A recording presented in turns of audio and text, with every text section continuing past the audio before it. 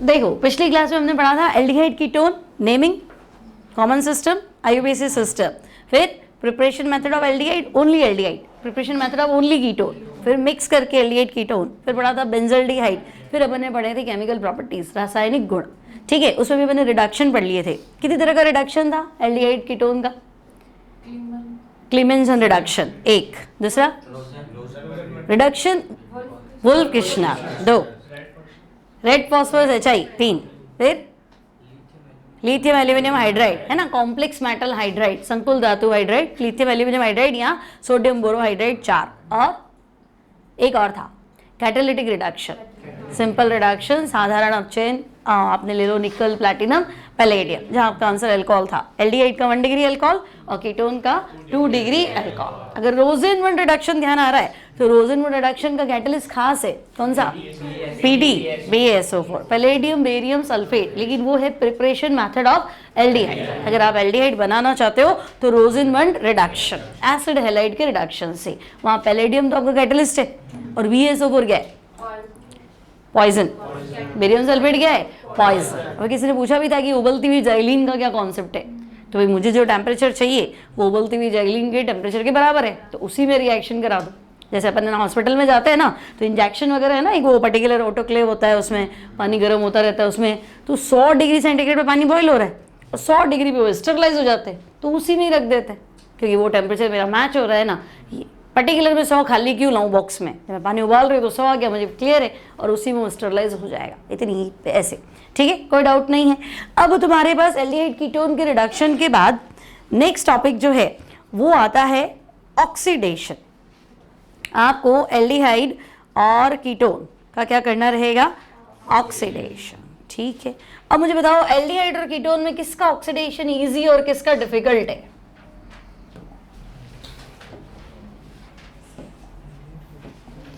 Next आती है तुम्हारे पास ऑक्सीडेशन रिएक्शंस, ठीक है, कार्बोनिल कंपाउंड की ऑक्सीडेशन। देखो अगर मैं एल्डिहाइड की बात करूं, एल्डिहाइड ग्रुप क्या है? C डबल बॉन्ड OH, और अगर मैं चाहूं इसका ऑक्सीडेशन तो इतना भारी काम नहीं है ना, ये ऑक्सीजन यहाँ एंट्री हो, आंसर क्या है? COH। तो ये तो ठीक लग रहा है, ऐसा तो पॉसिबल है, इजी है ना, एल्डिहाइड तैयार रहता है कि मुझे ऑक्सीडाइज कर दो, कोई परेशानी नहीं है। लेकिन अगर मैं कीटोन के ऑक्सीडेशन की बात करूं, है ना, तो देखो कीटोन में दोनों तरफ C है ना, तो जब आप कीटोन का ऑक्सीडेशन करने जाओगे तो CC बॉन्ड फ्यूजन होता है, ठीक है, तो बन तो जाएगा, ऑक्सीडेशन हो जाएगा, लेकिन ये CC बॉन्ड फ्यूजन क्या है? ये थोड़ा सा मुश्किल है ना, तो ये ऑक्सीडेशन डिफिकल्ट है, और यहाँ CH बॉन्ड हो रहा है तो इससे वो दिक्कत नहीं है, तो ये थोड़ा क्या है? इजी है। तो एल्डिहाइड तो आराम से ऑक्सीडाइज हो जाता है, लेकिन कीटोन का ऑक्सीकरण क्या है? डिफिकल्ट है ना, तो हम कहेंगे भाई यहाँ हमें चाहिए ड्रास्टिक कंडीशन, है ना, हिंदी में लिखेंगे कठिन परिस्थिति, थोड़ा मुश्किल है भाई इसको ऑक्सीडाइज करना, ठीक है, कठिन परिस्थिति में कीटोन भी ऑक्सीडाइज तो हो जाएगा, ठीक है। अब होगा तो देखो ये वाला कंपाउंड, ये भी एसिड, और ये है अकेला है तो CO2 वाटर, नहीं तो फॉर्मिक एसिड, एक कार्बन से कई बना लोगे, फॉर्मिक एसिड, ऐसे। तो आंसर अभी भी आपका यही है, C है तो ये COOH है, सिंगल कार्बन छूट रहा है तो CO2 वाटर, यहाँ फिर आप कह दो फॉर्मिक एसिड, ठीक है। अब मुझे यहाँ पे ऑक्सीडाइजिंग एजेंट क्या चाहिए? क्या ले मैं यहाँ पे एरो पे क्या ले सकते हो? तो आप कहोगे आप ले HNO3 ले लो, कंसनट्रेटेड HNO3।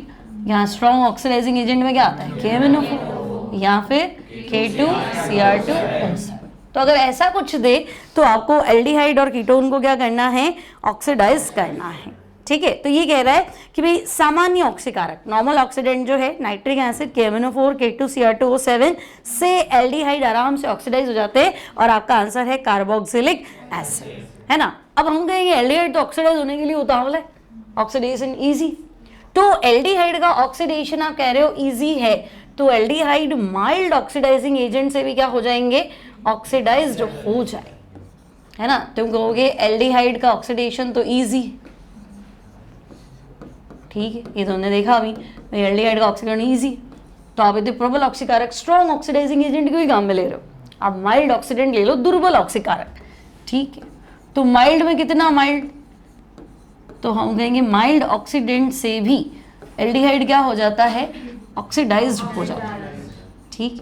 लेकिन कीटोन में तो नहीं होगा, कीटोन तो भारी भरकम चीज़ है, तो हम कहेंगे नहीं, नॉर्मल छोटे मोटे से तो ऑक्सीडाइज होगा नहीं, है ना। तो मैं इन रिएक्शन का प्रयोग एल्डिहाइड और कीटोन को डिफरेंशिएट करने के लिए कर दूं। भाई एक टेस्ट ट्यूब में एल्डिहाइड एक भी कीटोन है, कैसे पहचानोगे? तो टेस्ट तो करो। तो बस एक कॉन्सेप्ट तो क्लियर है, क्योंकि देखो तुम कहोगे रिडक्शन कर दो, तो एक का 1 डिग्री अल्कोहल, एक का 2 डिग्री अल्कोहल, पर मुझे दिखेगा कैसे? अल्कोहल है ना, बन गया, तो देख के कैसे बताऊंगी 1 डिग्री है फिर 2 डिग्री है? फिर तुम कहोगे नहीं, आप अल्कोहल का टेस्ट करो, मतलब ल्यूकस टेस्ट करो। तो फिर पहले मैं कुछ बनाऊं, फिर कुछ बने, फिर मैं उसका जाके टेस्ट करूँ, तो लंबा प्रोसेस है ना। मेरे को तो डायरेक्ट बताओ ना, जैसे एक टेस्ट ट्यूब में फिनॉल डाल दिया, एक टेस्ट ट्यूब में एसिटिक एसिड डाल दिया, डिफरेंशिएट करो, क्या मिलाओगे? सोडियम बाइकार्बोनेट, है ना। आपने एसिटिक एसिड डाला, थोड़ा तेज पड़ेगा फिनॉल से, तो सोडियम बाइकार्बोनेट डालते ही एसिटिक एसिड क्या करेगा? इनो CO2 की क्या करेगा? एफिशिएंसी देगा। लेकिन फिनॉल तो आपका टेस्ट नहीं दे रहा था, ठीक है। फिर मैं कहूँ एक में फिनॉल, एक में आपका है ना अल्कोहल, तो तुम FeCl3 मिला लो, तो फिनॉल FeCl3 के साथ लाल रंग दे देगा, अल्कोहल तो नहीं दे रहा। अब अल्कोहल का स्पेशली टेस्ट करोगे, एक अल्कोहल है एक एल्डिहाइड है, तो सेरिक अमोनियम नाइट्रेट का प्रयोग करो, है ना। सेरिक अमोनियम नाइट्रेट डालते ही अल्कोहल क्या हो जाएगा? लाल हो जाएगा। लेकिन बाकी जो भी कंपाउंड है वो सेरिक अमोनियम नाइट्रेट के साथ टेस्ट नहीं। तो एक बार रिजल्ट तो आया ना, पहले मैं कुछ बनाऊं फिर उसका टेस्ट करूं तो लंबा हो गया ना, ऐसे। तो हमने ये आदत पकड़ ली, क्या आदत पकड़ी कि भाई ऑक्सीडेशन में हमें देखने को मिला कि एल्डिहाइड का ऑक्सीडेशन सरलता से हो जाता है, इजी ऑक्सीडेशन है। लेकिन कीटोन का जो ऑक्सीडेशन है वो थोड़ा मुश्किल होता है, डिफिकल्ट ऑक्सीडेशन है, ठीक। हो तो दोनों ही जाएंगे ऑक्सीडाइज, तो फिर मेरे को पता नहीं चलेगा। तो मैं कहूँगी नहीं, इसमें भारी भरकम चीज़ों का प्रयोग नहीं करना है, हल्के फुल्के ऑक्सीडाइजिंग एजेंट डालो। तो हल्के फुल्के में मेरे पास पहला क्या है? टोलेंस रिएजेंट, ठीक है। आप टोलेंस रिएजेंट मिलाओ, एल्डिहाइड तो ऑक्सीडाइज हो जाएगा, कीटोन नहीं होगा। दूसरा क्या है? फेलिंग सॉल्यूशन, ठीक है। अब फेलिंग में एक कंपोनेंट चेंज करते हैं तो क्या हो जाता है? बेनेडिक्ट, है ना। फेलिंग सॉल्यूशन, फिर क्या है? बेनेडिक्ट सॉल्यूशन, और आपके पास एक और है शिफ्ट रिएजेंट, ठीक। तो एल्डिहाइड ऑक्सीडाइज्ड होने के लिए बहुत जल्दी क्या है? एग्रेसिव है, तैयार है, मैंने तो ऑक्सीडाइज कर दो। और कीटोन के लिए उतना ही क्या है? मुश्किल। तो एल्डिहाइड इन सब से क्या हो जाता है? ऑक्सीडाइज्ड। अब अगर मुझे कुछ भी नहीं याद हो तो मेरे को बेसिक बेसिक चीजें याद रखनी है कि भाई टोलेंस रिएजेंट के साथ एल्डिहाइड क्या बनाएगा? सिल्वर। आपको कहते हैं कंपाउंड टोलेंस रिएजेंट के साथ सिल्वर मिरर टेस्ट देता है, तो तुम्हें पकड़ना, अच्छा सिल्वर मिरर मतलब तो एल्डिहाइड है पक्का, ठीक है। फेलिंग सॉल्यूशन के साथ क्या बनाएगा? रेडिश ब्राउन कलर, किसका होता है? Copper oxide.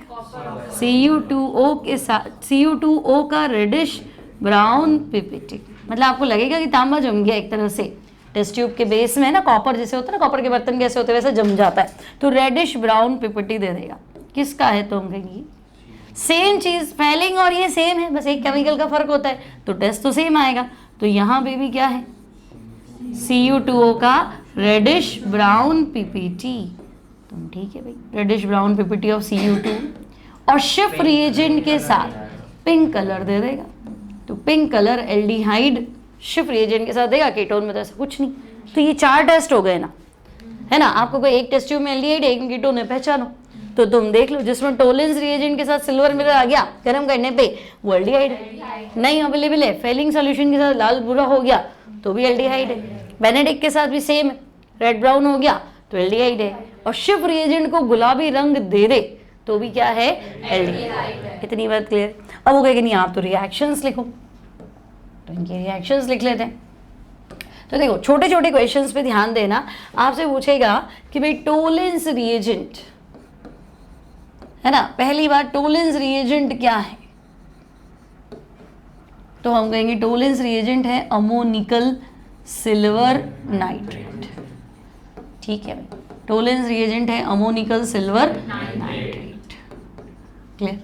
अब अमोनिकल सिल्वर नाइट्रेट मतलब सिल्वर नाइट्रेट तो है ना, और अमोनिकल मतलब अमोनिया लीकर, अमोनिया का पानी, अमोनिया लीकर, अमोनिया पानी में घुल जाती है, NH4OH। और तुम्हें पता है सिल्वर जो है वो अमोनिया के साथ कॉम्प्लेक्स बनाता है, इस तरह का AgNH3(2), है ना, बाहर Cl लिख दो, और नहीं Cl हमारे पास नहीं है तो क्या हो जाएगा? NO3- आ जाएगा, इस तरह का कॉम्प्लेक्स है, कोई डाउट नहीं है ऐसे।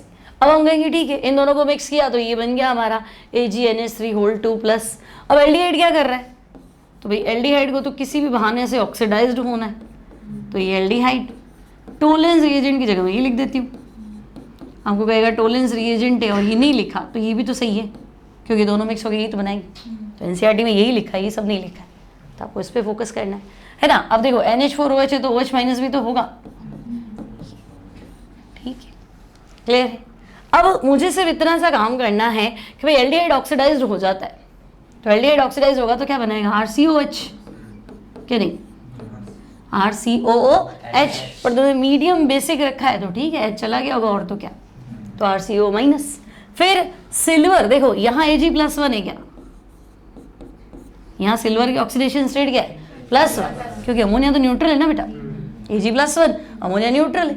अब तुम कह रहे हो एल्डिहाइड का ऑक्सीडेशन, तो Ag+ का क्या रिडक्शन, तो Ag+ को इलेक्ट्रॉन दे दो, रिड्यूस हो जाएगा, सही है ना। पॉजिटिव चार्ज कम करना भी क्या होता है, रिडक्शन। तो हम कहेंगे टोलेंस रिएजेंट में से चांदी को बाहर निकाल देगा, अमोनिया गर्म करती बाहर, और बाकी OH से क्या ही बना लो, वाटर, ये ठीक है।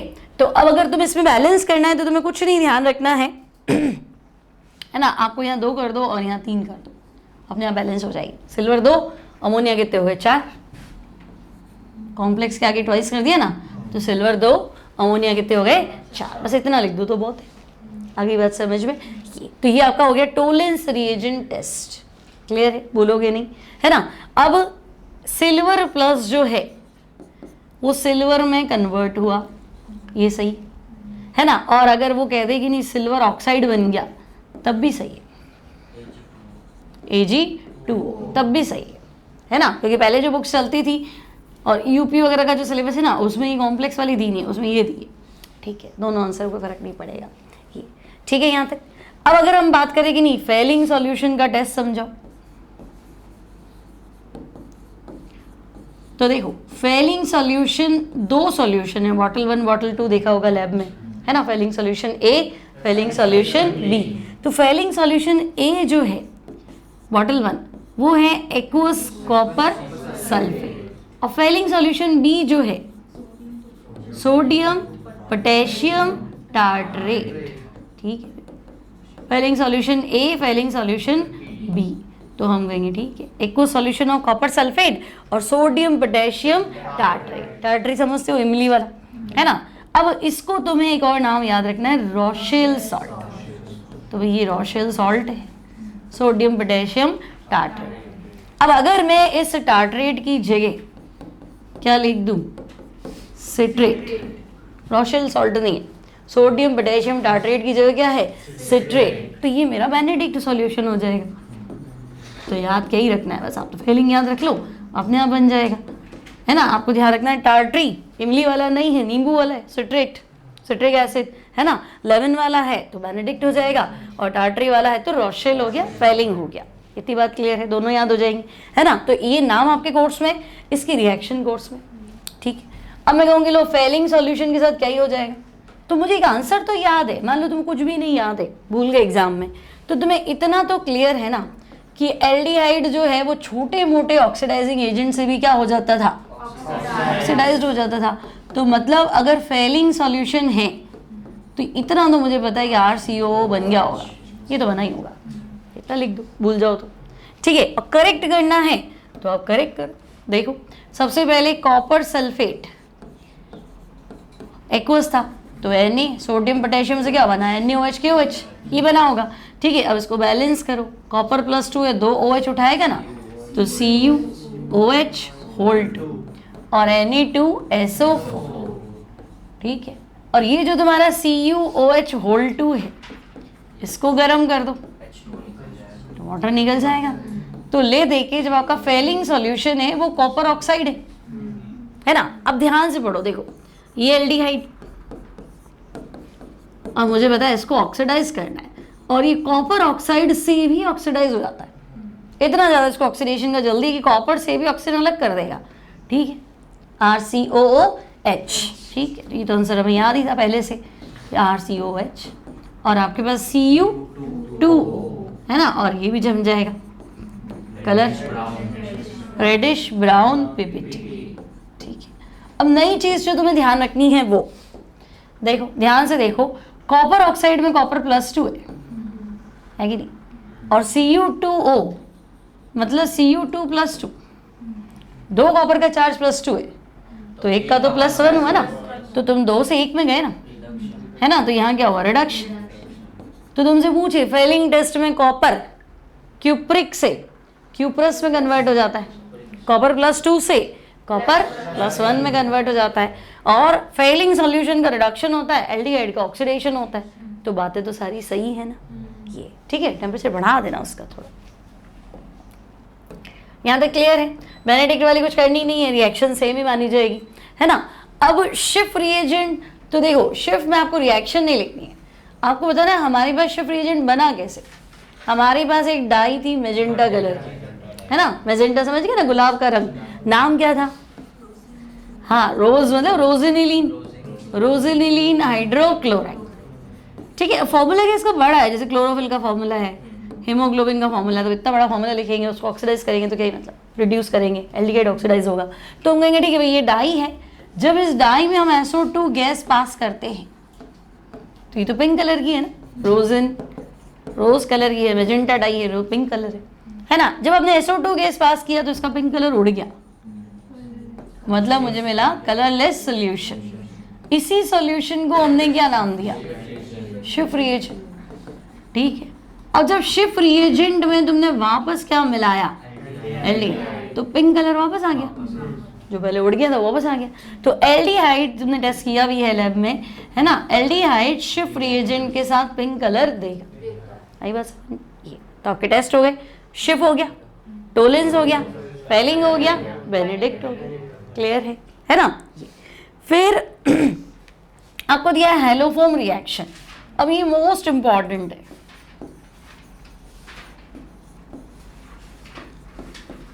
Haloform reaction.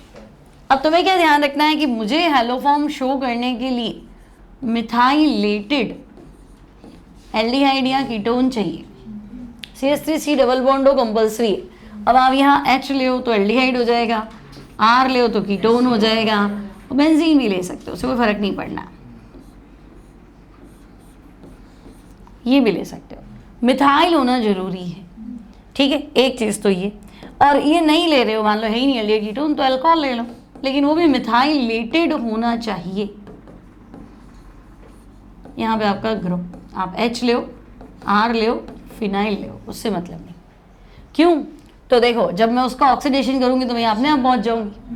अल्कोहल का ऑक्सीडेशन होता है तो एक तो CH बॉन्ड टूटता है, एक OH बॉन्ड टूटता है, तो जब मैं H दोनों गायब कर दूंगी तो यही तो आना है, तो एक स्टेप मेरा ज़्यादा हो जाएगा, है ना। तो जरूरी नहीं कि ना एसिटल्डिहाइड ही, मान लो मैं यहाँ R की जगह या पहला मैं यहाँ एसिटल्डिहाइड लिख दूँ तो हेलोफॉर्म टेस्ट आएगा, है ना। तो कोई जरूरी नहीं, यहाँ पे भी आ जाएगा भाई, CH3 यहाँ H ले लो तो क्या हो गया, CH2OH, क्योंकि जब मैं इसका ऑक्सीडेशन करूँगी तो मैं यहीं तो आऊँगी, ठीक है, एक स्टेप ज़्यादा हो जाएगा, है ना। और जब आप हेलोफॉर्म टेस्ट करते हो तो ऑक्सीडाइजिंग एजेंट है उसमें, है ना, तो होंगे यहाँ पॉसिबल है। फिर अगर कीटोन तो देखो CH3C डबल बॉन्ड हो CH3, इसमें हेलोफॉर्म टेस्ट आए, है ना। आपने R ले लिया, CH3 मिथाइल इथाइल कुछ भी ले लो, बस मुझे तो ये चीज़ देखनी है, ये तो मेरे पास है तो मेरा तो टेस्ट आ जाएगा। अब वहाँ आप कहोगे नहीं यहाँ मेरे पास तो प्रोपेनॉल है, 2 प्रोपेनॉल है ना, सैनिटाइजर में काम आता है, ध्यान रखना, तो फिर ये भी दे देगा, क्या फ़र्क पड़ा, ठीक है। फिर यहाँ एसिटोफिनॉल ले लूँ, CH3C double bond of benzene क्या होता है, एसिटोफिनॉल, तो बस मुझे तो मिथाइलेटेड कीटोन पकड़ना था, टेस्ट आ ही जाएगा, ऐसे क्लियर है इतनी बात ये। अब हेलोफॉर्म टेस्ट है क्या, तो देखो इसका भी शॉर्टकट मान लो भूल गए तुम कि हेलोफॉर्म टेस्ट तो नहीं याद है, पर इतना तो पता है ना कौन देगा, है ना, मिथाइलेटेड एल्डिहाइड या कीटोन या फिर मिथाइलेटेड अल्कोहल, ठीक है। तो देखो एग्जाम में लिख दिया उसने कि भाई CH3C डबल बॉन्ड OH, तो हेलोफॉर्म टेस्ट तो देगा, इतना क्लियर है। अब आपको लेना है, ऑब्वियस है, हेलोफॉर्म बनाना चाह रहे हो तो हेलोजन तो हो गई सही, है ना। सांद्र क्षार कंसंट्रेटेड एल्केली की प्रेजेंस में आप ले लो हेलोजन X2 और आप कर दो इसको हीट, है ना। तो हम कहेंगे मिथाइलेटेड एल्डिहाइड तो है, हेलोजन है, कंसंट्रेटेड एल्केली है, मतलब हेलोफॉर्म टेस्ट होगा। तो हेलोफॉर्म बनेगा, है ना। अब एक्स लिया है तो हेलोफॉर्म पता नहीं कौन सा है, क्लोरोफॉर्म है क्या आयोडोफॉर्म है। तो मुझे एक चीज़ बताओ, हेलोफॉर्म टेस्ट, हेलोफॉर्म क्या होता है? यही तो होता है CH Cl3 CHI3, यही तो होता है। तो मतलब मुझे कहीं से 3 हाइड्रोजन तो उड़ाने पड़ेंगे ना। तो मिथाइल इतनी देर से मांग क्यों रहे हो कि इसके 3 हाइड्रोजन उड़ाओ? आई बात समझ में? तभी तो आप 3 हाइड्रोजन किससे उड़ाओगे? हेलोजन से। तो मैं सिर्फ इस मिथाइल ग्रुप को बदलने की कोशिश करूंगी, किसमें? हेलोफॉर्म। ठीक है, अब इसको H कहाँ से मिला होगा? तो मेरे पास एक ही सोर्स है, NaOH का H, है ना। तो पीछे क्या बचा? ON, वो आप यहाँ पे लगा दो। तो दूसरा आंसर आपका क्या हुआ? HCOO। आपको दिमाग लगाना ही नहीं है कि क्या बन रहा है।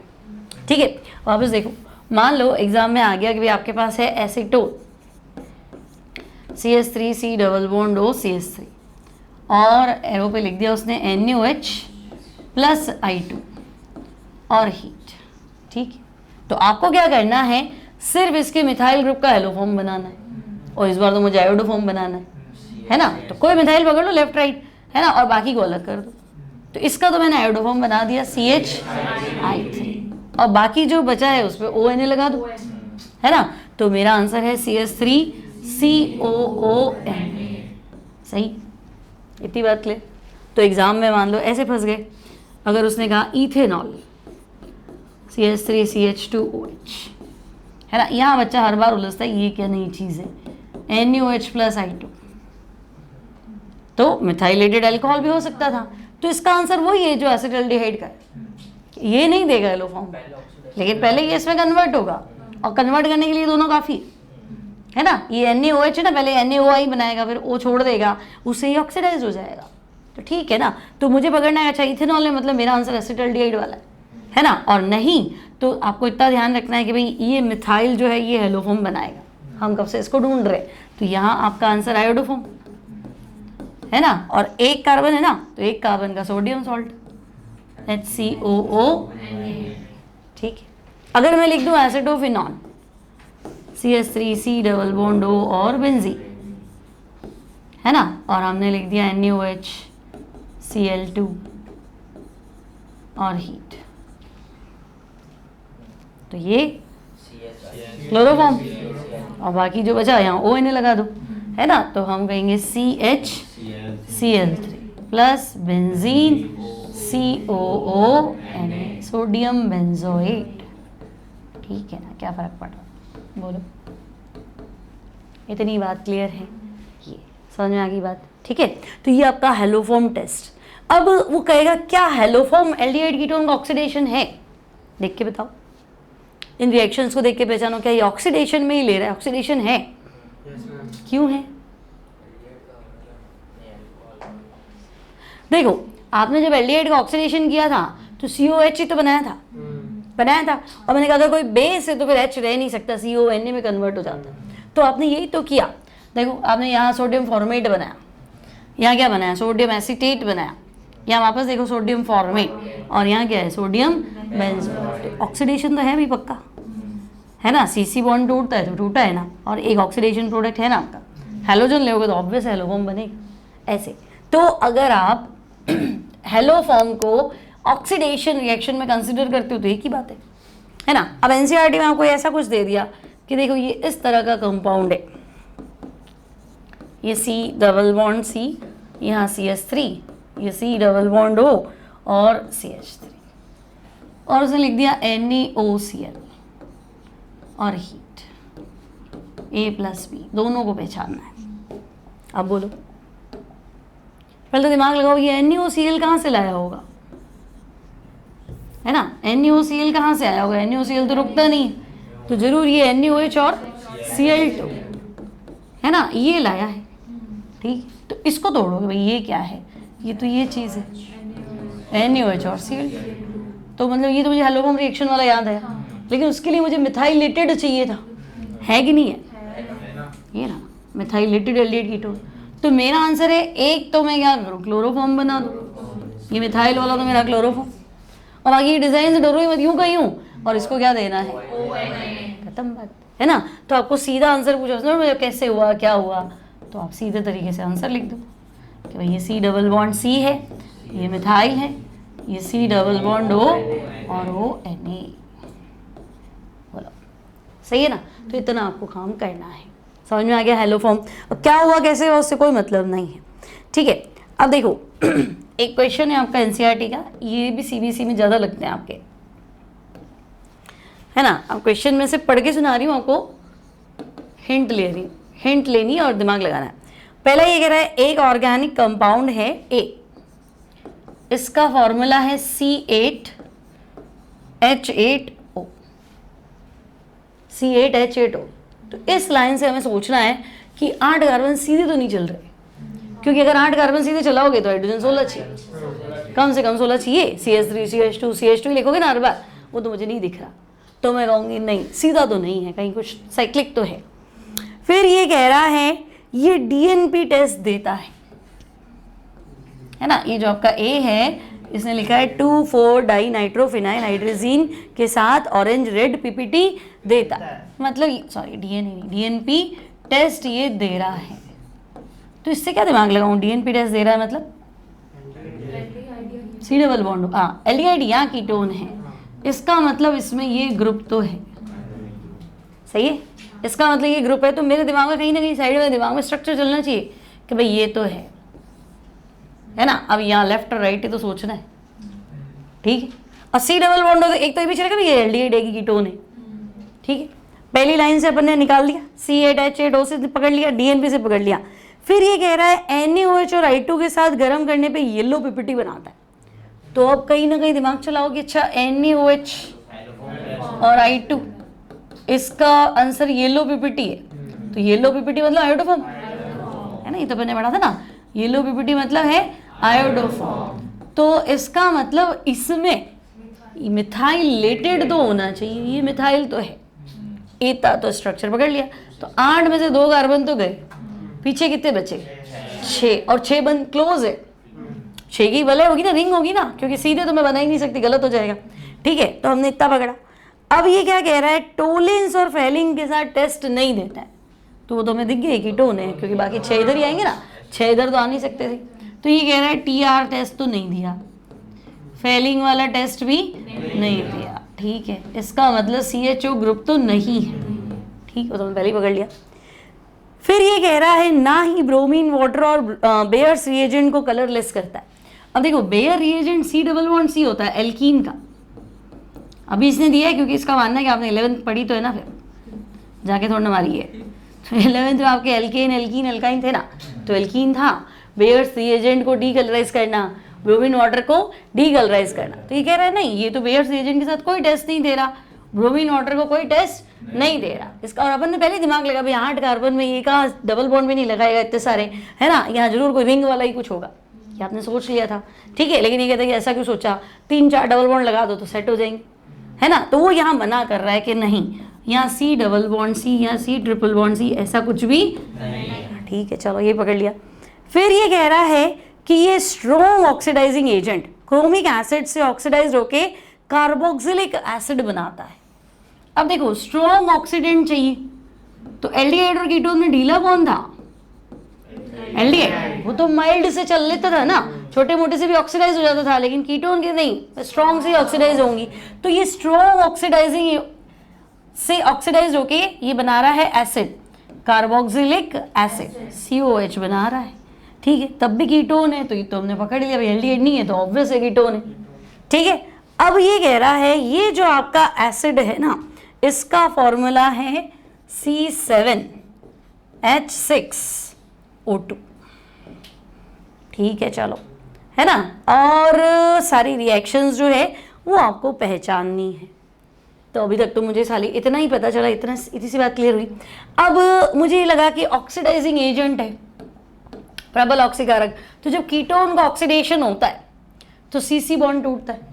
अब थोड़ा और दिमाग लगाओ कि C8H8 में से एक C तो ये रहा, है ना। अब पीछे कितने बचे, C7, एक C ये रहा, अब कितना बचा, 6 कार्बन बचे, C6 बचा, और हाइड्रोजन कितने बचे, 5 ही बचे।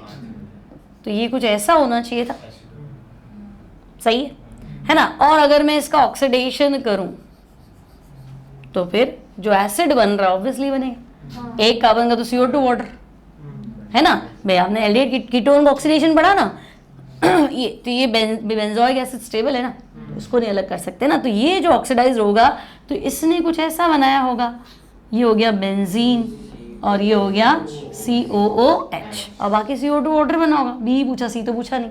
अब इसको गिनो, C6H5 हुआ ना, तो C6 और एक C7, H5 तो मेरे पास थी और एक H और लाए तो H6 और वो कितने, तो ये मैच भी हो रहा है ना। तो इसका स्ट्रक्चर ऐसा कुछ होना चाहिए था। क्लियर। तो इसने सिर्फ ये पूछा है कि आप तो ए और बी को पहचान लो। तो ए तो ये रहा और बी ये रहा, सही है। ए और बी को पहचाना, ऑर्गेनिक कंपाउंड ए, तो ए तो ये था ना एसिटोफिनोन और बी बेंजोइक एसिड। ठीक है। अब रिएक्शंस तो आपको चाहे DNP वाली लिखनी हो, हेलो फॉर्म की लिखनी हो, 2 रिएक्शन लिख सकते हो। बाकी आपका मेन ये है। समझ में आ गया। तो इस तरह से एक एक बात पकड़ के आपको इसको आंसर देना है। क्लियर। अब आपके पास है reactions due to alpha hydrogen. Aldehyde और कीटोन में अल्फा हाइड्रोजन की वजह से होने वाली रिएक्शंस। ठीक है। अल्फा हाइड्रोजन समझे, देखो ये हमारा functional group C double bond हो, इसके नजदीक कोई भी कार्बन है तो वो क्या होगा, अब यूं नहीं लेफ्ट देखना है राइट देखना है। फंक्शनल ग्रुप का पड़ोसी अल्फा और उसका पड़ोसी बीटा। आई बात समझ में। तो मुझे सिर्फ ये देखना है कि यहाँ हाइड्रोजन है कि नहीं है। ये हाइड्रोजन आपका अल्फा हाइड्रोजन, ठीक है। अल्फा कार्बन से कनेक्टेड हाइड्रोजन को क्या पढ़ोगे, अल्फा हाइड्रोजन। ठीक है। तो अब मुझे बताओ कि अगर मैं तुम्हें कहूँ फॉर्मल्डिहाइड, अल्फा हाइड्रोजन है कि नहीं है, अल्फा कार्बन ही नहीं है। आपने कहा था फंक्शनल ग्रुप का पड़ोसी कार्बन और अल्फा कार्बन का हाइड्रोजन, तो ये मत कह देना फंक्शनल ग्रुप का हाइड्रोजन, फंक्शनल ग्रुप का नेबरिंग कार्बन, तो पहले क्या कार्बन ही नहीं है। तो तुम ये दिमाग लगाओ कि फॉर्मल्डिहाइड नो अल्फा कार्बन, इस वजह से क्या है, नो अल्फा हाइड्रोजन। क्लियर है, पहले कॉन्सेप्ट क्लियर रखना। फिर अगर मैं कहूँ नहीं एसिटल्डिहाइड, तो अल्फा कार्बन दिख गया ना, तो अल्फा हाइड्रोजन कितने हो गए, 3, तो हम कहेंगे अल्फा हाइड्रोजन इसके हैं 3। इतनी बात क्लियर है। अगर मैं कह दूं बेंजल्डिहाइड, बेंजल्डिहाइड देखो ये फंक्शनल ग्रुप, ये पड़ोसी कार्बन, इसके पास हाइड्रोजन का है, तो आप कहोगे no alpha hydrogen. Alpha hydrogen नहीं है भाई बेंजल्डिहाइड में, नहीं, क्योंकि अल्फा कार्बन होगा और ना होगा उसमें बहुत सारी बातें डिसाइड होंगी। ठीक है। अगर मैं कहूँ कि कीटोन, पहला कीटोन एसीटोन, अब बोलो ये अल्फा कार्बन है, ये भी अल्फा कार्बन है, तो अल्फा हाइड्रोजन कितने हैं, 6। अल्फा हाइड्रोजन कितने, 6। अगर मैं कहूँ क्लोरल, क्या फॉर्मूला क्लोरल का,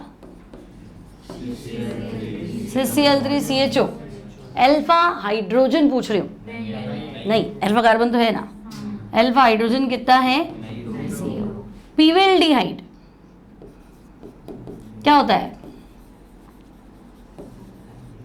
पीवेल्डिहाइड, देखो पीवेल्डिहाइड ट्राई मिथाइल एल्डिहाइड, मतलब ये एल्डिहाइड हो, याद रखने, हालांकि इसको कोई नाम नहीं है ट्राई मिथाइल, लेकिन एक एल्डिहाइड उसके पास ट्राई मिथाइल, इस पे तो ट्राई मिथाइल हो नहीं सकता, 4 वैलेंसी आपको दिखी रही है ऑलरेडी। तो हम कहेंगे एक एल्डिहाइड का पड़ोसी कार्बन और ये ऐसा कुछ, तो यहाँ कितने, आपका ये अल्फा कार्बन है, आपने उस पर ट्राई मिथाइल लगा दिया, वही हालत करती है उसके जैसी, तो यहाँ आपका अल्फा हाइड्रोजन कितना है, 0। अब देखो जो खास बात है याद रखनी है, अगर मैं तुम्हें कहूँ, देखो 2 रिएक्शन, एक तो मेरे पास है एल्डोल कंडेंसेशन, एल्डोल संघनन, ठीक है, और एक है कौन सी है, केनिज़ारो, केनिज़ारो रिएक्शन। अब होगा क्या, तो तुम बताओ कि केनिज़ारो में मुझे एल्डिहाइड चाहिए, पहली बात, केनिज़ारो कौन देगा, एल्डिहाइड, लेकिन एल्डोल कंडेंसेशन की बात करूं तो एल्डिहाइड भी देगा और कीटोन भी देगा, दोनों देगा। क्लियर। लेकिन केनिज़ारो में मुझे चाहिए aldehyde without alpha hydrogen. Aldehyde भी लाओ और अल्फा हाइड्रोजन नहीं होना चाहिए। एल्डोल में तुम कहोगे एल्डिहाइड कीटोन दोनों लियो, बट किसी एक के पास है ना, तो इन दोनों लिखें। फिर any one should have alpha hydrogen, क्योंकि दो चाहिए ना, कोई एक लिया उठा के जिसके पास अल्फा हाइड्रोजन हो, काम चलेगा। तो ये थोड़ा डिफरेंशिएशन रखना इसके अंदर, ठीक है। केनिजारो में भी दो मॉलिक्यूल पार्टिसिपेट करते हैं, है ना। केनिजारो रिएक्शन में दो मॉलिक्यूल पार्टिसिपेट करते हैं, इसमें भी दो मॉलिक्यूल पार्टिसिपेट करते हैं, ठीक है, क्योंकि एंड में कंफ्यूजन यही होना है, दो मॉलिक्यूल भाग लें, ठीक है। केनिजारो जो उदाहरण है वो है डिस्प्रोपोर्शियोनेशन, मतलब एक ऐसी रिडॉक्स रिएक्शन, हाँ, जिसमें सेम मॉलिक्यूल का ऑक्सीडेशन और रिडक्शन। मतलब केनिजारो में जो दो एल्डिहाइड ले रही हूँ ना, वो दोनों क्या होने चाहिए, सेम होने चाहिए। यहाँ मेरे ऐसे कोई गारंटी नहीं, आप सेम लाओ तो सेम चला लेंगे, आप डिफरेंट लाओ डिफरेंट चला लेंगे, है ना। आप एक एल्डिहाइड लाओ एक कीटोन लाओ, हम उसको भी चला लेंगे, हम क्रॉस एल्डोल बोल देंगे।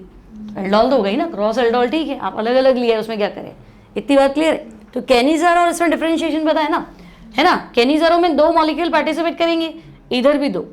केनिजारो में दोनों एल्डिहाइड चाहिए, इधर दोनों एल्डिहाइड हो तो भी चलेगा, दो कीटोन भी चलेगा, एक एल्डिहाइड एक कीटोन भी चलेगा। केनिजारो में एल्डिहाइड में शर्त है उसके पास अल्फा हाइड्रोजन नहीं होना चाहिए, इसमें किसी एक के पास होना चाहिए। एल्डोल में चाहिए तो दो में नहीं, एक में लाओगे तो चल जाएगा।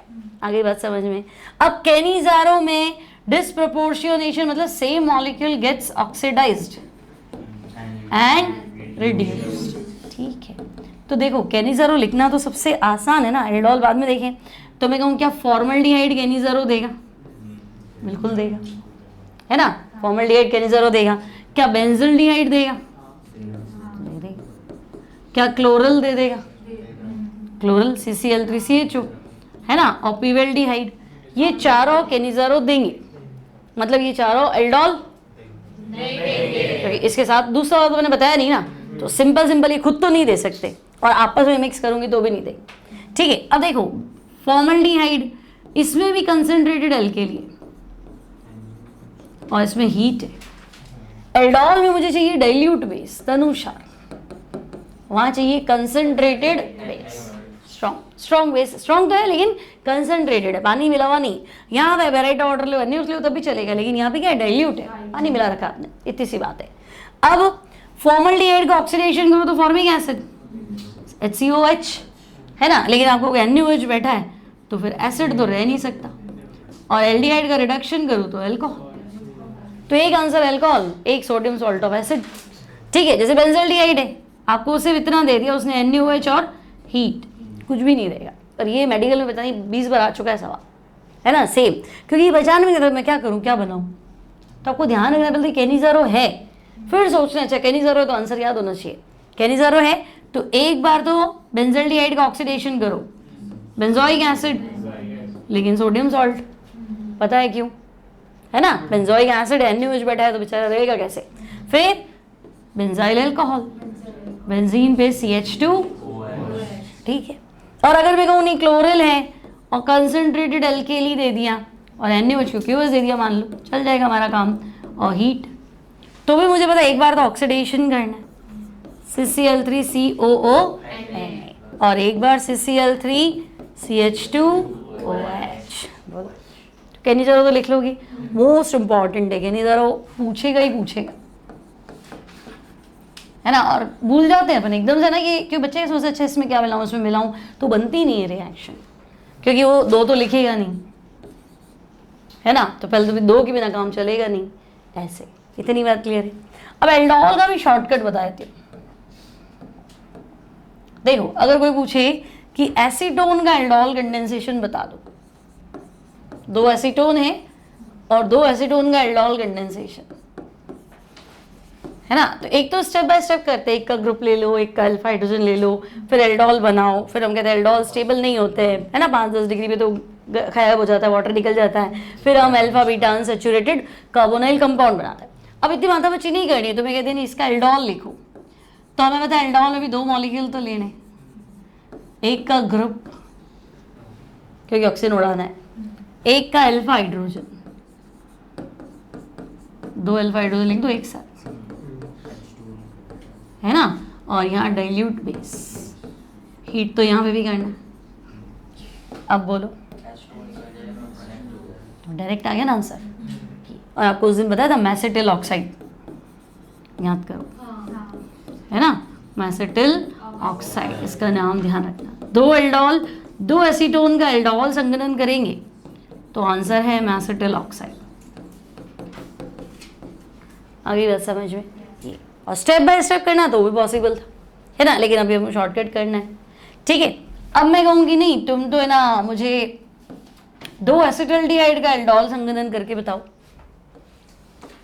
है ना, एसिटल्डिहाइड एल्डोहल कंडेंसेशन।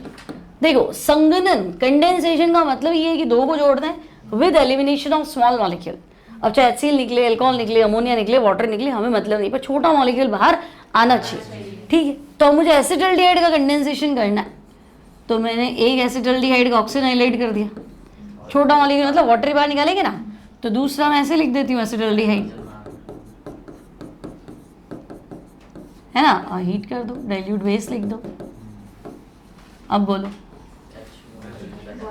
वाटर बाहर कर ले, है ना। तो देखो अगर तुमसे पूछे इथेनॉल से 2 ब्यूटेनॉल, 2 का 4 हो रहा है कि नहीं हो रहा है, गिन लो, है ना, CH3 CH double bond CH CHO, 2 का 4 हो गया ना, तो ऐसे ही तो पॉसिबल है ना। तो ये है 2 ब्यूटेनॉल।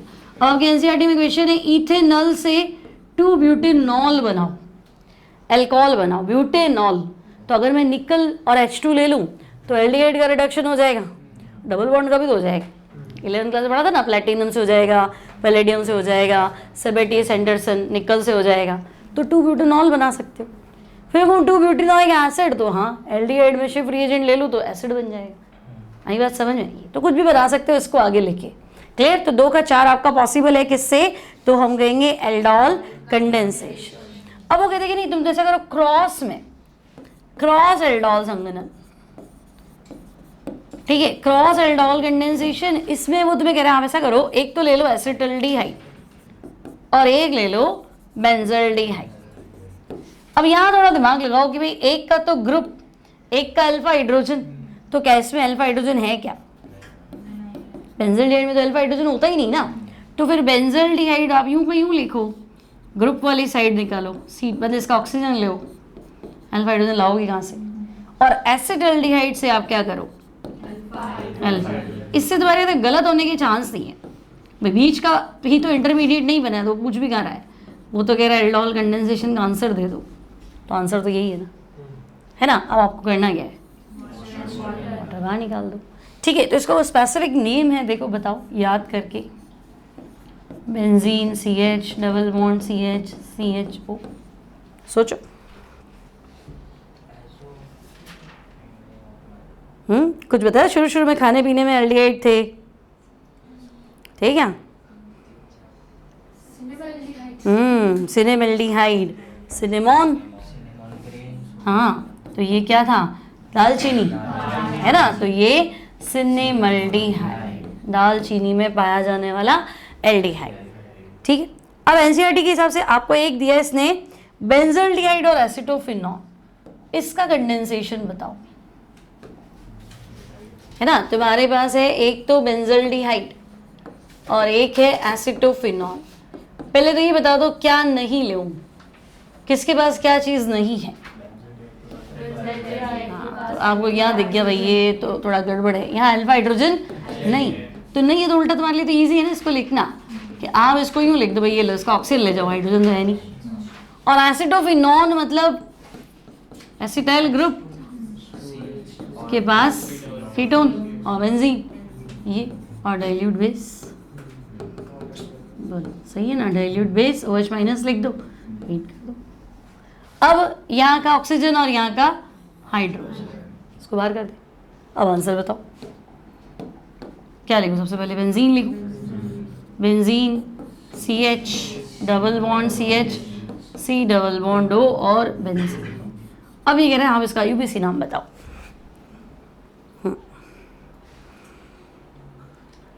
एल्डिहाइड है कीटोन है? कीटोन है। सी डबल बॉन्ड हो गया, उधर कार्बन है, कीटोन है ना? कितने कार्बन वाला कीटोन? 3 कार्बन। भाई नंबर तो इसको यही दूंगी ना, 1 नंबर। ठीक है, तो बताओ फिनाइल लगा हुआ है, 1,3 डाइफिनाइल। ठीक है, प्रोप टू इन और ऑन, तो prop two ynone, prop two yne one, या फिर लिख दो प्रोप टू इन ऑन, है ना? और 1 ऑन लिखना चाहो तो प्रोप टू इन 1 ऑन भी लिख सकते हो। ठीक है, ये इसमें लिखा है 2 इन 1 ऑन। ठीक है, और एक और नाम लिखा है बेंजल एसिटोफिनॉन। देखो ये एसिटोफिनॉन है, ध्यान से देखो, CH3 ऑब्वियसली जोड़ोगी कैसे फिर, और ये बेंजल है ना, ये बताया था ना तुम्हें। देखो ये फिनाइल, ये होता है बेंजाइल, और अगर ये 2 खाली है तो इसको बेंजाइलिडीन या बेंजल भी बोलते हैं, है ना? मान लो तुम्हें कैसे प्राप्त करोगी बेंजल एसिटोफिनॉन, तो अब समझेंगे ना ये क्या नया चीज़ है, बेंजल एसिटोफिनॉन। तो दिमाग लगाना भाई, एक तो एसिटोफिनॉन होगा और बेंजल मतलब बेंजल्डिहाइड होगा, तो 2, एक एल्डिहाइड एक कीटोन है, तो ऑब्वियस है क्रॉस एल्डोल कंडेंसेशन। और तो कोई रिएक्शन है नहीं, एल्डिहाइड कीटोन आपस में भिड़ा दो, ऐसे तो कोई रिएक्शन ही नहीं थी ना, तो ऑब्वियस है ना एल्डोल कंडेंसेशन। डिफरेंट है तो क्रॉस एल्डोल कंडेंसेशन। ठीक है, ये अब मुझे बताओ कि अगर मैं एरोमेटिक एल्डिहाइड ले लूँ, लाइक मैं बेंजल्डिहाइड ले लूँ, है ना, तो तुम्हें क्या लग रहा है ये CHO ग्रुप का +M प्रभाव है कि -M प्रभाव है? कैसे? ये कार्बन बेंजीन को हेल्प कर सकता है क्या? नहीं, कार्बन तो परेशान ही है, साइड में ऑक्सीजन है, ये बॉन्ड यहाँ टूटेगा, ये नेगेटिव, ये पॉजिटिव। अब बेंजीन बस ये चाहता है मेरे से जो जुड़ा है वो अलग ना हो, अब चाहे मैं सपोर्ट करूँ चाहे वो सपोर्ट करे। तो आप देखो रिंग की इलेक्ट्रॉन डेंसिटी तो बाहर गई, रिंग का इलेक्ट्रॉन तो बाहर गया, तो ये CHO ग्रुप जब बेंजीन पे जुड़ा होता है तो इसका -M प्रभाव होता है, -M इफेक्ट, है ना? अब +M वाला ऑर्थो पैरा होता था, तो -M वाला मेटा डायरेक्टिव, तो -M वाला मेटा डायरेक्टिव। और -M रिंग को एक्टिवेट करता है कि डीएक्टिवेट करता है? तो डीएक्टिवेट करना मतलब फ्रिडल क्राफ्ट तो देनी नहीं आपको, है ना? खुद ही बना कर अभी डीएक्टिवेट में एक्टिविटी कम करूंगा मतलब रिएक्शन नहीं होगी, तो फ्रिडल क्राफ्ट तो कम से कम नहीं होनी है। इतनी बात क्लियर है? तो अब एक उसने इक्वेशन दे दी आपको NCERT में कि भाई आपके पास क्या है, आपके पास है बेंजल्डिहाइड, टेम्परेचर कम करना, बेंजल्डिहाइड, और इसने दे दिया आपके पास HNO3 और H2SO4, है ना? और टेम्परेचर वही ज़्यादा नहीं है, 273 से 283, मतलब गर्म नहीं किया इसने, बस ये तेज है, दोनों एसिड ही मिला दिए। ठीक है, कंसनट्रेटेड HNO3 H2SO4। तो मैं क्या आंसर बनाऊँ? मेटा पे NO2। देखो नाइट्रिक एसिड इसकी प्रेजेंस में लेना मतलब नाइट्रीफाइंग मिक्सचर, ये नहीं लेती ना तो SO3H आ जाता, तो मैं लगे भाई ये भी तो लगा सकते थे SO3H, बिल्कुल, लेकिन जब ये लगाना था तो इसकी क्या जरूरत थी, ये नहीं चाहिए था, लेकिन इसको लिया है और इसको लिया है, मतलब ये नाइट्रो ग्रुप बनाएगा, है ना? इसका OH ले जाएगा और ये नाइट्रो ग्रुप बनाएगा, और आपको पता है कि भाई ये तो मेटा डायरेक्टिव होता है, पहले पकड़ना जरूरी है, तो तुम ऑर्थो पैरा बना दोगे, है ना? तो आपको बताना है Meta nitro benzaldehyde, Meta nitro benzaldehyde. बोलो क्लियर है? सिंपल है, कोई डाउट ही नहीं इसमें तो, है ना? ये अब आपके पास है एल्डिहाइड कीटोन की यूज, क्या यूज? फॉर्मल्डिहाइड का 40% जलीय विलयन, 40% एक्वस सॉल्यूशन ऑफ फॉर्मल्डिहाइड क्या होता है? फॉर्मेलिन। याद रखने, हम सीधे दिमाग में बिठाना है। फॉर्मेलिन क्या काम आता है? बायोलॉजिकल स्पेसिमेन, है ना, जैविक परिरक्षक के रूप में। ठीक है, फिर बेकेलाइट, बेकेलाइट समझते हो? ये जो स्विच होते हैं ना, स्विच बोर्ड जो होते हैं वो होते हैं बेकेलाइट। तो बेकेलाइट में आपको चाहिए क्या चाहिए? क्योंकि देखो इस बार का जो बोर्ड का पेपर है ना, वो कहेगा अच्छा आपके पॉलीमर कोर्स में नहीं है ना, तो आपको उसी से फंसाना है। पॉलीमर नहीं ना, बेकेलाइट पॉलीमर है, पॉलीमर तो अपने कोर्स में नहीं है, तो अपन कहेंगे ना अब क्या पढ़ना, लेकिन वो यही फंसाएगा कि कितने एल्डिहाइड कीटोन में दे रखा है। तो बेकेलाइट समझिए स्विच बोर्ड वाला होता है, ये बनता है आपका किससे? फिनॉल और फॉर्मल्डिहाइड। तो आप याद रखो कि बेकेलाइट मतलब फिनॉल फॉर्मल्डिहाइड रेजिन, तो जब इसका नाम ही फिनॉल फॉर्मल्डिहाइड रेजिन है, इसका मतलब एक फिनॉल लिया होगा, एक फॉर्मल्डिहाइड लिया होगा, तो फिनॉल फॉर्मल्डिहाइड रेजिन। रिएक्शन तो पॉलीमर में थी तो कोई बात नहीं, लेकिन आइडिया तो होना चाहिए ना ऐसे। ठीक है, दूसरा यूज समझ में आ गया। फिर एसिटल्डिहाइड, तो मुझे बताओ एसिटल्डिहाइड का ऑक्सीडेशन करोगे तो एसिटिक एसिड, और रिडक्शन करोगे तो इथेनॉल। तो एसिटिक एसिड सिरका, विनेगर और ethanol. Drinking alcohol, drinking purpose में कौन सी अल्कोहल है? इथेनॉल। तो एसिटल्डिहाइड तो बहुत तो नहीं पर काम की चीज़ है। फिर बेंजल्डिहाइड, तो बेंजल्डिहाइड से तुम याद करो शुरू में मैंने एक तो पढ़ाया था वेनिलीन, बेंजल्डिहाइड था, फिर सामने OH भी था, मिथॉक्सी भी था। फिर अभी तुमने पढ़ा क्रोटोनल्डिहाइड, नहीं सॉरी सिनेमल्डिहाइड, बेंजीन पे तुमने एक्राइल वो चिपकाया था। तो बेंजल्डिहाइड लोगे तभी तो कुछ बना पाओगे, तो उस इंडस्ट्री में आपके काम आएगा ये, है ना, परफ्यूमरी बोल दो या जो ये फ्लेवरिंग एजेंट्स बनाने में ये। ठीक है, फिर कीटोन, पहला कीटोन क्या होता है? एसीटोन। तो एसीटोन नेल पॉलिश रिमूवर। ठीक है, फिर ये कह रहा है ब्यूटाइल्डिहाइड, वेनिलीन, एसिटोफिनोन, कपूर। अब याद रखना कपूर ये सब अपनी सुगंध और सुरुचिकर प्रभाव, मतलब मैंने तो बताया था जैसे जैसे इनका मोलर मास बढ़ता है इनकी पंजेंट स्मेल कम होती जाती है और फ्रेग्रेंस इतनी अच्छी होती है कि ये परफ्यूम इंडस्ट्री में काम आते हैं, ये आपको पता था। ठीक है, एक इसने और क्या बताया, यूरिया फॉर्मल्डिहाइड रेजिन, है ना। ये यूरिया फॉर्मल्डिहाइड रेजिन मतलब ना जैसे वो अपन है ना कोई शॉप पे जाते हैं ना, जैसे मान लो एसी नहीं लगा होता, एसी लगा होता है दुकान में और दरवाजा नहीं होता है, तो पतले पतले प्लास्टिक के ना वो क्या बोलते हैं कर्टन्स लगाता है वो, तो वैसा होता है वो यूरिया फॉर्मल्डिहाइड रेजिन। जैसे मतलब प्लास्टिक है या पॉलीमर है। ठीक है, कब इसके नाम से पकड़ो ना, यूरिया फॉर्मल्डिहाइड रेजिन मतलब एक तो क्या चाहिए और दूसरा क्या चाहिए। मान लो तुम्हें यूरिया फॉर्मल्डिहाइड रेजिन में कौन से एल्डिहाइड का प्रयोग करते हैं, तो फॉर्मल्डिहाइड बोल तो रहा है बेचारा, मीथेनल दे देगा, फॉर्मल्डिहाइड नहीं लिखेगा, वो लिखेगा मीथेनल, तो ऑब्वियसली ना फॉर्मल्डिहाइड का यूपीएससी क्या है, मीथेनल, ऐसे पकड़ेगा आपको। क्लियर है, कोई दिक्कत नहीं है। अब अपने पास आ जाता है कार्बोक्सिलिक एसिड। ठीक है, अब देखो कार्बोक्सिलिक एसिड में कॉमन नेमिंग तो मैंने तुम्हें शुरू में सिखाई थी, एक कार्बन के लिए क्या लेते हैं फॉर्म, 2 के लिए एसिटो, 3 के लिए प्रोपियो, 4 ब्यूटाइरो, 5 वेलेरो, 6 कैप्रो। ठीक है, 3 कार्बन डबल बॉन्ड का स्पेशल एक्राइलो और 4 कार्बन सेंटर में डबल बॉन्ड क्रोटॉन। ठीक है ना, तो आपको अगर वो कॉमन नेम पूछ रहा है, पहले लिख देते हैं कार्बोक्सिलिक एसिड। ठीक है, कार्बोक्सिलिक एसिड यानी COOH। ठीक है, तो आपको कह रहा है भाई एक तो कंपाउंड दे देता हूँ, स्ट्रक्चर दे देता हूँ, आप उसका कॉमन नेम बता दो और IUPAC। ठीक है, मैं लिखूंगी नहीं, आप खाली बोल के बताओ। तो पहला मैंने लिखा HCOOH, तो बोलो फॉर्मिक एसिड। एक कार्बन वाला कॉमन क्या था, फॉर्म था ना, तो फॉर्मिक एसिड। अब ये कह रहा है फॉर्मिक एसिड ही क्यों बोला, फॉर्म कहाँ से लाए, नहीं फॉर्माइका बता दो ना, फॉर्म शब्द कहाँ से है, फॉर्माइका। फॉर्माइका मतलब लाल चींटिया, लाल चींटिया को जूस बना दो तो आपको लाल चींटिया काटती है या ततैया काटता है, मधुमक्खी काटती है, तो फिर एसिड कौन सा छोड़ती है, फॉर्मिक एसिड। यही बात समझने कोई दिक्कत नहीं है।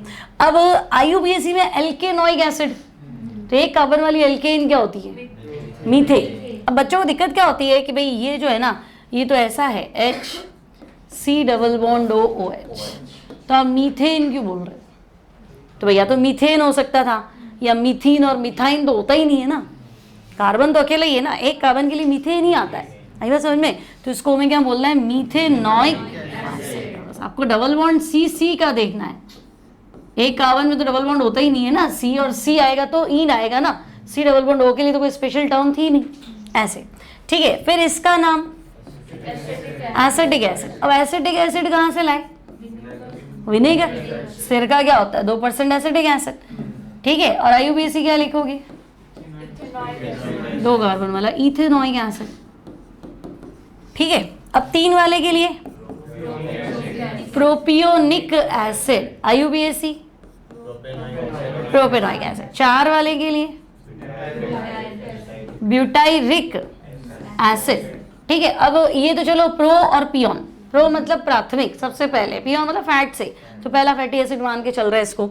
इसका ब्यूटाइरिक एसिड से क्या लेना देना, ब्यूटाइरो क्यों लिखा, हाँ रॉटन बटर, मक्खन सड़ जाता है ना, तो उसमें क्या बन जाएगा, ब्यूटाइरिक एसिड। ठीक है, 5 वाला वेलेरिक एसिड। अब वेलेरिक क्या समझे, प्लांट है, वेलेरिया, वेलेरियन प्लांट से मिला है, इसलिए वेलेरिक एसिड।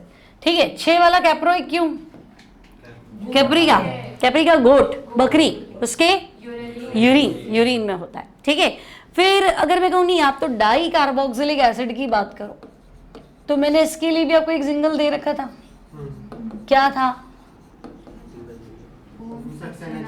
हाँ, ओम सक्सेना जी का आइडिया। ठीक है, ओम सक्सेना जी का आइडिया।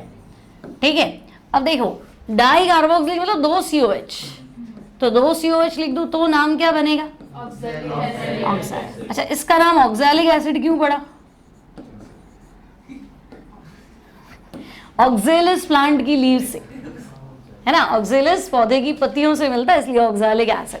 ठीक है, बीच में कार्बन लाना है, देखो ऐसे CH2, COH और COH, इसका नाम बोलो मेलोनिक एसिड। फिर कार्बन संख्या बढ़ा दो तो यहाँ में 2 लिए ही, अब बोलो सक्सेनिक एसिड। ठीक है, फिर CH2 होल 3 कर दिया, G से ग्लूटेरिक एसिड। ठीक है, तो ये ग्लूटेरिक एसिड है। फिर CH2 होल 4, COH और COH, एडिपिक एसिड। सही है, अब इसका भी मैंने बताया था, मैंने तो एक से कहा था नाइलॉन 666 मतलब 6 कार्बन वाली 2 यूनिट है, तो 1 यूनिट आपकी यही है एडिपिक एसिड। ठीक है, तब वह कौन सा डाई कार्बोक्सिलिक एसिड नाइलॉन 666 बनाने में काम आएगा, तो फिर आपको याद रखना है 6 वाला di carboxylic acid adipic acid, nylon 666 बनाने में। ठीक है, लास्ट ईयर से क्वेश्चनों ने परेशान किया है बच्चों को, तो थोड़ा ध्यान रखना। ठीक है, अब देखो इसी से रिलेटेड हो क्या घुमा दे मान लो क्वेश्चन को, क्योंकि ऑर्गेनिक है ना, XY बहुत ज़्यादा बनते हैं, थोड़ा पकड़ना क्वेश्चन बना लो। वैसे तो देखो मेरे पास है CH2 होल 4, Cl, मैंने लिया KCl, कंपाउंड समझ में आई गया। ठीक है, फिर मैंने उसका किया हाइड्रोलिसिस। ठीक है, यहाँ मेरे पास A है, यहाँ मेरे पास B है। ठीक है, और मैंने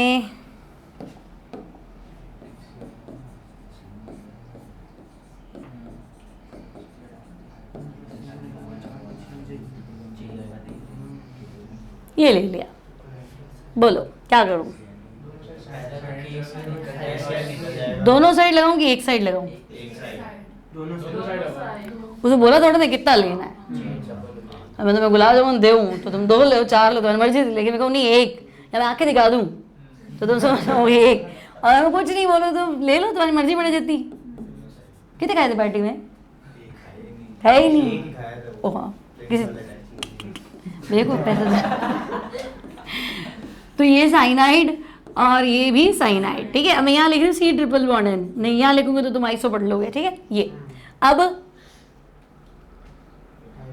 हाइड्रोलिसिस भाई 2 होता है, देखो साइनाइड है ना, इसके पास 2 चॉइस है कि अगर तुम साइनाइड में पानी मिलाते हो तो एक तो बनता है अमाइड, और तुम अमाइड में पानी मिलाते हो,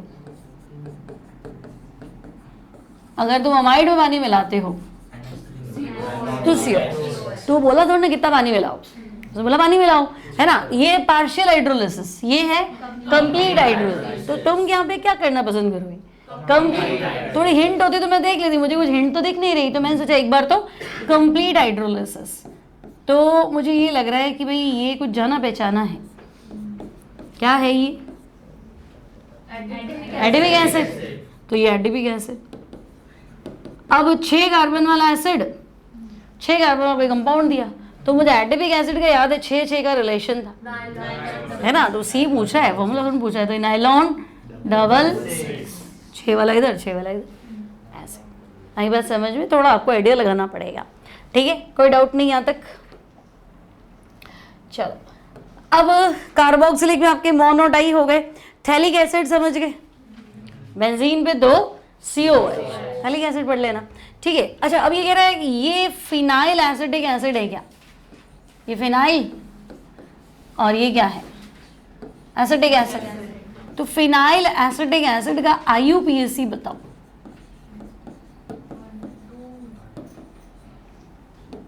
बोलो, मीथेनॉइक की इथेनॉइक है ना भैया, 1 2 2 पे क्या लगा रखा है फिनाइल और 2 वाला इथेनॉइक, तो 2 फिनाइल इथेनॉइक एसिड, ठीक है बात तो सही, 2 phenyl ethanoic acid. Phthalic acid अभी आपने बताया कि बेंजीन पे 2 COH, ठीक है। आप इसका IUPAC बताएंगे।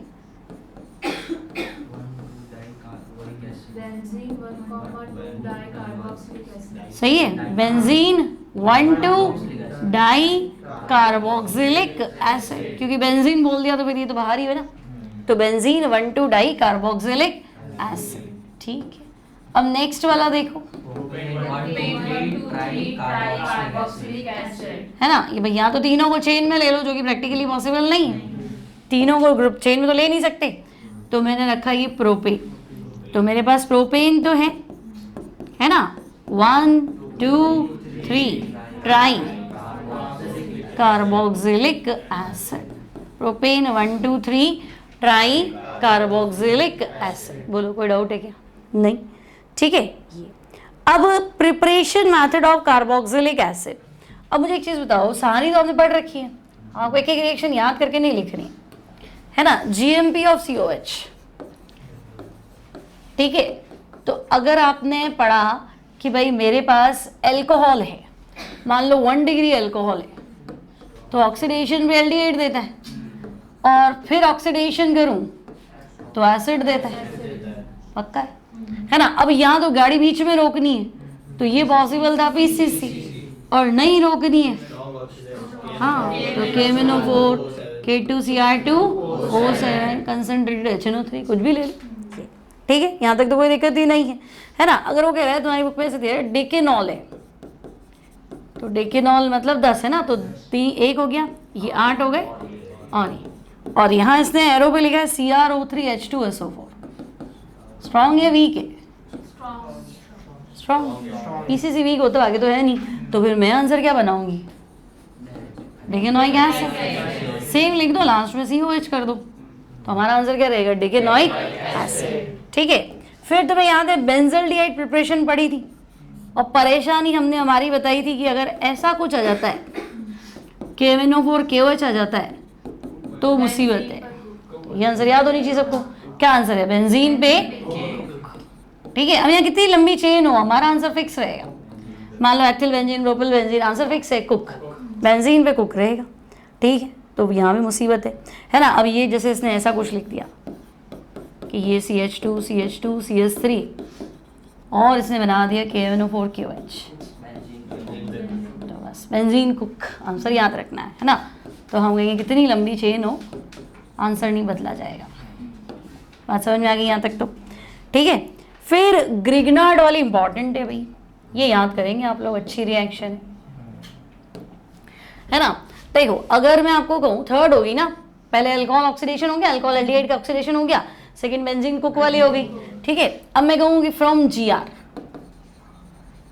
ठीक है, ये इंपॉर्टेंट है, इसको अच्छे से करके जाना, लिख के जाना एग्जाम में एक बार कॉपी में।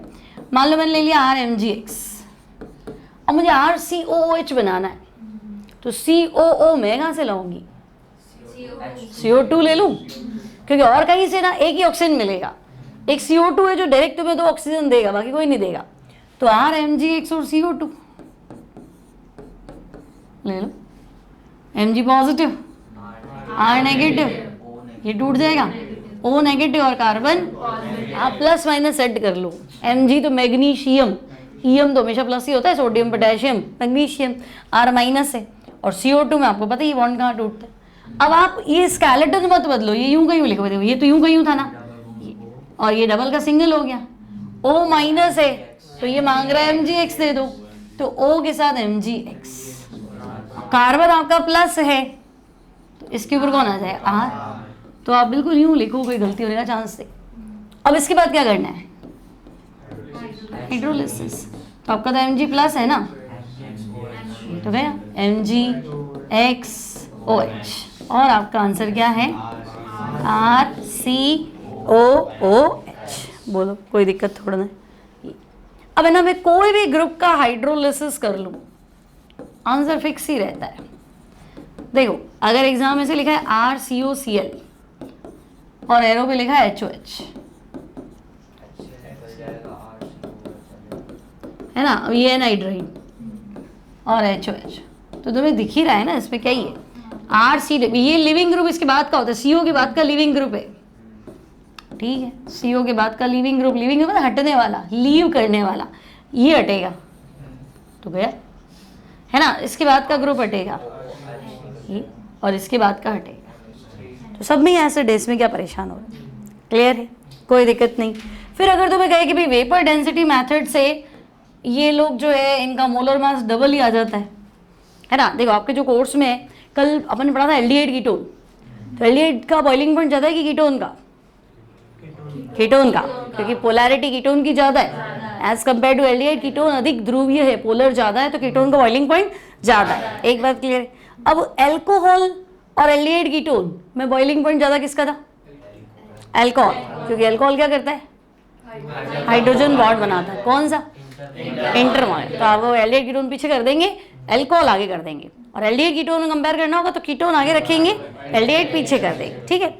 अब बीच में अमाइन भी घुस गया कि मेरे को भी बताओ, मोलर मास सबका बराबर है, ठीक है, उसमें परेशान नहीं है, अणुभार सबका इक्वल है, ठीक है। अब अमाइन बीच में आ गया, तो अब अमाइन हाइड्रोजन बॉन्ड है कि नहीं है? NH है ना, फोन FON, तो N में तो होता ही है ना, तो अमाइन में भी हाइड्रोजन बॉन्ड है, अल्कोहल में भी हाइड्रोजन बॉन्ड था, तो अमाइन कहेगा मेरा भी बॉइलिंग पॉइंट हाई है, एल्डिहाइड कीटोन कहेगा हमारा तो हाइड्रोजन बॉन्ड ही नहीं है, तो हम तो पीछे, तो अमाइन बीच की सीरीज में आ गया। अब अल्कोहल अमाइन में आगे किसको लेओगे? अल्कोहल, अमाइन को नहीं लेओगे, क्यों?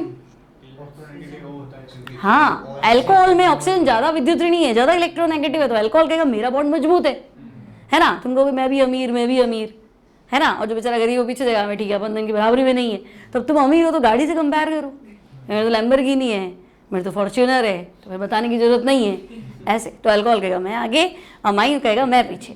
अब कार्बोक्सिलिक एसिड आ गया, मेरी लैम्बोर्गिनी, अब बोल क्यों? वो कहेगा मैं 2 लैम्बोर्गिनी है तो पर एक से काम चल रहा है ना। कार्बोक्सिलिक एसिड बोलेगा कि भाई हाँ, क्या बोला था तुमने? प्रियांश ने क्या बोला था?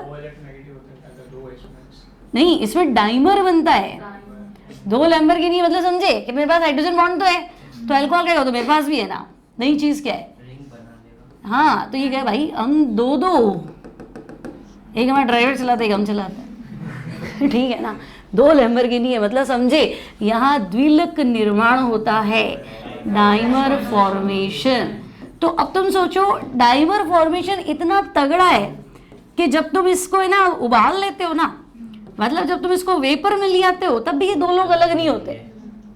आई बात समझ में? तो फिर तो 2 को उड़ाना, वेट के हिसाब से भी उड़ाते हैं ना, तो 2 कैसे उड़ेंगे? 2 तो नहीं उड़ेंगे, भारी हो गया ना ये। तो वेपर फेज में भी डाइमर फॉर्मेशन है। बॉन्ड कौन सा है? Inter molecular hydrogen. तो हम कहेंगे ये तो तगड़ा है। अब इसका तो हम क्या ही करें, क्लियर? तो सबसे ज्यादा बॉइलिंग पॉइंट कार्बोक्सिलिक एसिड, फिर अमाइन, फिर कीटोन, फिर ईथर, है ना, नहीं फिर हेलो एल्केन डाल दो, फिर ईथर, ठीक है। हेलो एल्केन, हेलोजन पता नहीं चल रहा है तो चलो उसको डाल देते हैं ईथर, और फिर हाइड्रोकार्बन, मीथेन, इथेन, प्रोपेन जो भी है, ऐसे सबका कंपैरिजन ध्यान रखना है, ठीक है। यहाँ तक कोई दिक्कत नहीं। अब देखो फेमस रिएक्शन है इसमें क्या, अगर मैं तुम्हें कहूँ कि देखो कार्बोक्सिलिक एसिड है, सोडियम पीस डाल दो, तो ये तो मजाक वाली रिएक्शन, ये तो कर लोगे ना, बोलो क्या? हाँ, सोडियम कहेगा तेरे को तो नहीं जीने दूंगा, तो यहाँ पे भी कहेगा, है ना, यहाँ पे कहेगा मैं एसिड हूँ, मैं बेस हूँ, तो यहाँ एसिड बेस इंटरेक्शन। सोडियम कभी भी एक्टिव हाइड्रोजन को नहीं रहने देते, सोडियम पानी में डालते हाइड्रोजन बाहर आती है ना, तो आपका आंसर है RCONA, और गैस कौन सी बाहर? हाफ H2, तो सेम वो भी वही है RCOONA, लेकिन H2 की जगह क्या है? H2। अब मैं कहूँगी नहीं आप तो ना ये मीठा सोडा डाल दो, मीठा सोडा मतलब NaH CO2। तो ये टेस्ट बताया था ना मैंने, सोडियम बाइकार्बोनेट इनो वाला, CO2 एफलोरेसेंस बाहर आएगी और सोडियम कहेगा भाई तुझे तो नहीं रहने दूंगा, तो RCOONA plus water plus CO, tension ही खत्म। ठीक है, यहाँ तक कोई दिक्कत थोड़ा है। तो ये 3 रिएक्शन है, तीनों सिंपल। अब अगर मैं कहूँ PCl5 PCl3 तो वही अल्कोहल वाली रिएक्शन करा दो, है ना। अगर आपको कहते हैं कि देखो भाई ये कार्बोक्सिलिक एसिड है और आप तो है ना PCl5 वाली रिएक्शन करा दो, तो आपको पकड़ो उसको सीधा कर लोगे। ठीक है, जो सिंपल है उसको अपन ज़्यादा वो नहीं दे रहे तवज्जो, अपन को पता है कि आंसर तो फिक्स ही है। तो हमारा आंसर क्या है, RCOCl। इतनी बात क्लियर है। ठीक है, फिर ये कह रहा है एनहाइड्राइड कैसे बनाओगे, तो एसिटिक एनहाइड्राइड कैसे बना होगा, एसिटिक एसिड से बना होगा। तो एनहाइड्राइड मतलब 2 एसिड में से वाटर निकाल दो। अब आपको चाहिए कोई डिहाइड्रेटिंग एजेंट, और सबसे अच्छा है P2O5। एनहाइड्राइड मतलब जल के अणु का त्याग, वाटर मॉलिक्यूल एलिमिनेट करा दो। ये लो RCO लेफ्ट RCO राइट, बीच में क्या है O, तो बन गया ना एनहाइड्राइड। तो अगर ये ध्यान रखना, क्योंकि अब P2O5 तो फिर फंसोगे P2O5 क्या है। और एग्जामिनर कभी भी 2 थोड़ा ना लिखेगा, 2 एसिड ऐसे थोड़ा लिख के देगा, ऐसे कोई कर लेगा। एग्जामिनर कहेगा भाई देखो एसिटिक एसिड है और P2O5 है, ज़्यादा तुम गर्म कर सकते हो, दिमाग लगाओ। तो आपका आंसर क्या है, एसिटिक एनहाइड्राइड CH3CO2O। ठीक है, इतनी बात क्लियर है। PCl5 वाली तो गई, अगर SOCl2 तब भी सेम थी, RCOH और मैं कह दूं SOCl2। अब बोलो, सरल है, HCl गया SO2 गया, तो आंसर क्या है RCOC। वहां पर भी वही था RCOCl, सेम PCl3 वाली हो जाएगी। अब एक इंपॉर्टेंट है वो ध्यान रखना, इसमें क्या बच्चे थोड़ी जल्दबाजी कर लेते हैं, इसका क्वेश्चन अच्छे से पढ़ना। ठीक है, देखो अगर मैं कहूँ एसिटिक एसिड में अमोनिया मिला दो, अमोनिया लीकर घोल दो, पहली रिएक्शन क्या बनाऊं, वाटर निकालना है कि नहीं निकालना है, नहीं निकालना है क्योंकि हीट नहीं है ना। ये प्रोटॉन डोनर है, ये प्रोटॉन एक्सेप्टर है, सीधी एसिड बेस वाली रिएक्शन कराओ। अमोनियम एसीटेट सॉल्ट आता ही है हमारे पास लैब में, अमोनियम एसीटेट सबसे सिंपल सॉल्ट होता है टेस्ट के हिसाब से। अब वो कहेगी नहीं, अब तुम ऐसा करो गर्म करो, अब वाटर निकाल दो, तो तुम्हारा आंसर CH3CONH2 और H2।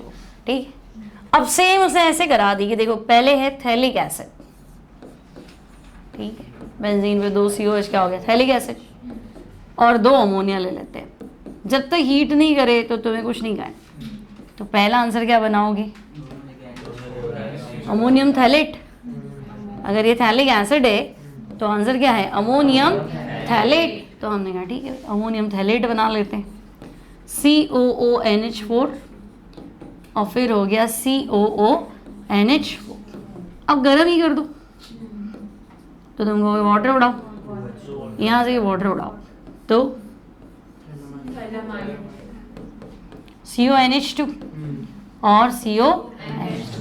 थैलेमाइड की थैलीमाइड, थैलेमाइड, थैलेमाइड। अब गर्म करो, अब अमोनिया उड़ा दो, 2 NH2 है तो क्या ही बाहर तो क्या ही जा सकता है ना। तो अमोनिया उड़ा दिया तो देखो C double bond O, C double bond O और बीच में क्या आ जाएगा NH। इसको क्या बोलेंगे थैलीमाइड, वो थैलेमाइड है। ठीक है, आई और ए का फर्क है इंग्लिश में, तो हिंदी में इसलिए लिखा है थैलीमाइड है, वो थैलेमाइड है। ठीक है, अब देखो इस पे अच्छा क्वेश्चन कैसे बनेगा। खत्म हो गया चैप्टर तुम्हारा, 5-7 मिनट है ना। देखो एग्जामिनर कहेगा देखो मेरे पास है एसिटिक एसिड, थोड़ा और घुमाए, एग्जामिनर कह रहा है मेरे पास है इथेनॉल।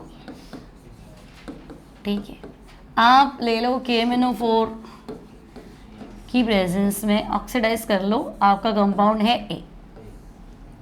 ठीक है, फिर ये कह रहा है ए की रिएक्शन करा दो अमोनिया से, कंपाउंड बी को गरम कर दो, कंपाउंड सी। सी में ब्रोमीन NaOH के साथ फिर रिएक्शन करा दो, कंपाउंड है D।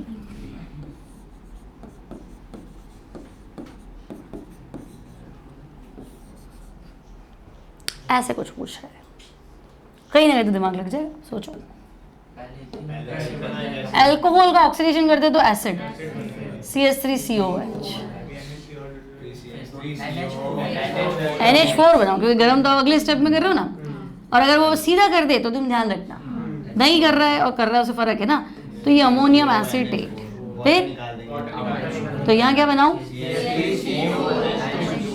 एसिटामाइड, फिर amide bromine NaOH, amide bromine, amide bromine, हाँ ब्रोमेमाइड, हाँ bromamide, Hofmann bromamide, amide bromine, बार बार आपको अमाइड ब्रोमीन अमाइड ब्रोमीन मिल रहा है ना, ब्रोमेमाइड, ठीक है। हॉफमैन ब्रोमेमाइड तो हमने ट्रिक सीखी हुई है, मान लो रिएक्शन तो भूलेंगे पक्का है। तो हॉफमैन ब्रोमेमाइड की ट्रिक थी कि इसको बाहर निकाल दो, इसको नहीं रखना है। तो आंसर क्या है, मिथाइल अमीन, है ना, आंसर है मिथाइल अमाइन, सही। अब अमाइन HNO2HCl, तो इसका जो सॉल्ट बनता है लेकिन स्टेबल नहीं होता है, और वैसे भी कह रहा है ना यहाँ, है ना, तो ये नहीं बनेगा। क्या बनेगा, मीथेनॉल, है ना, एक ही कार्बन है ना, कार्बन छूट गया ना, तो आंसर क्या है, मीथेन। और वो नहीं देता, वो कहता ये है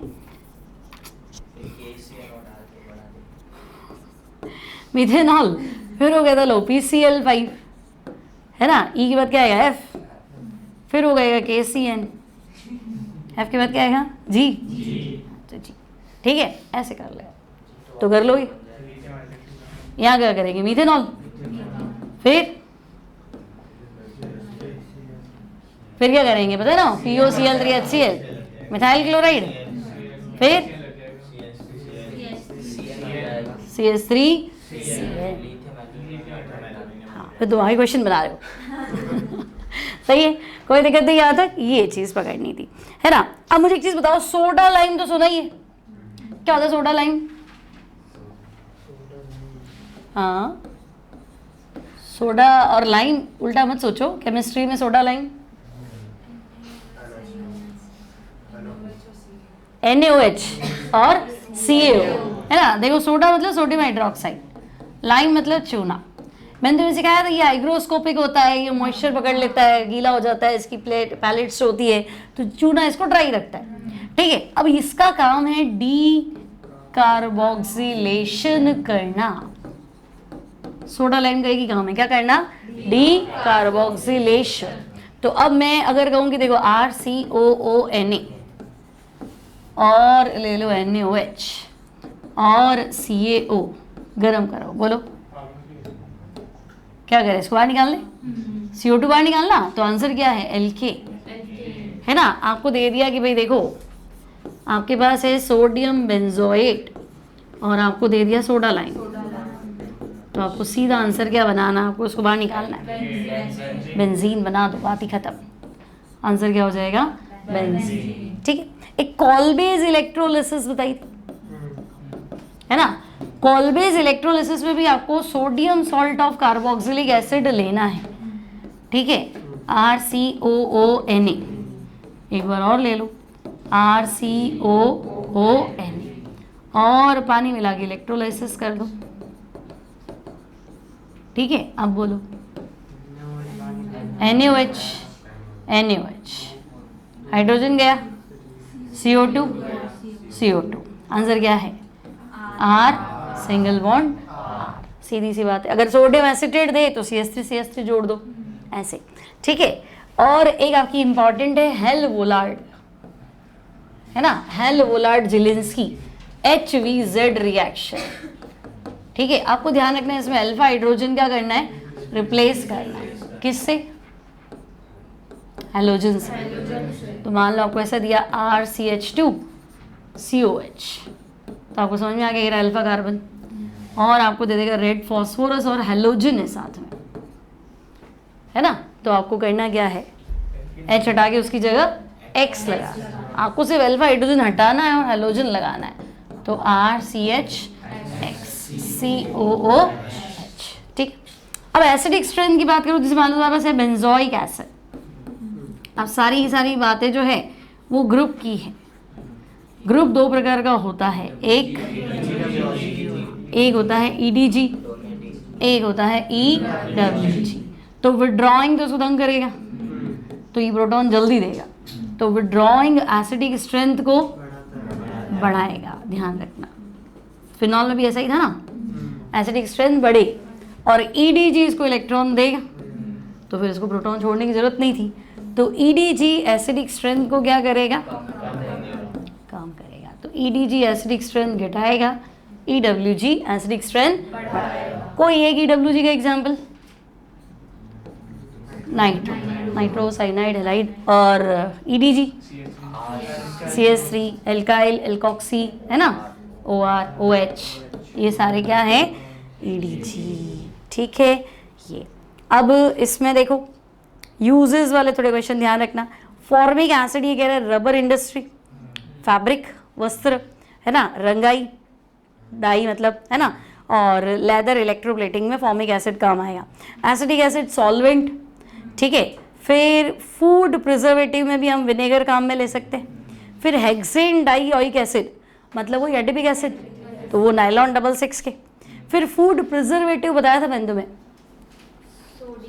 सोडियम बेंजोएट, है ना, अपन ने ये अभी पढ़ाया था ना, कहीं बनाया तो था, ये लिया था ना यहाँ पे, सोडियम बेंजोएट, बेंजीन पे COONA, ये फूड प्रिजर्वेटिव है ना। जब ये अपन देखेंगे ना सॉस वगैरह कहीं ना कहीं आपको दिख जाएगा, ये फूड प्रिजर्वेटिव भोजन को लंबे समय तक सुरक्षित रखेगा। ठीक है।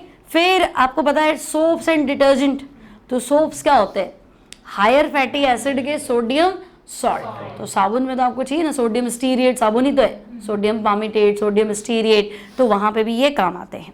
ठीक है, तो यहाँ कंप्लीट कार्बोक्सिलिक एसिड। ठीक है, चलो।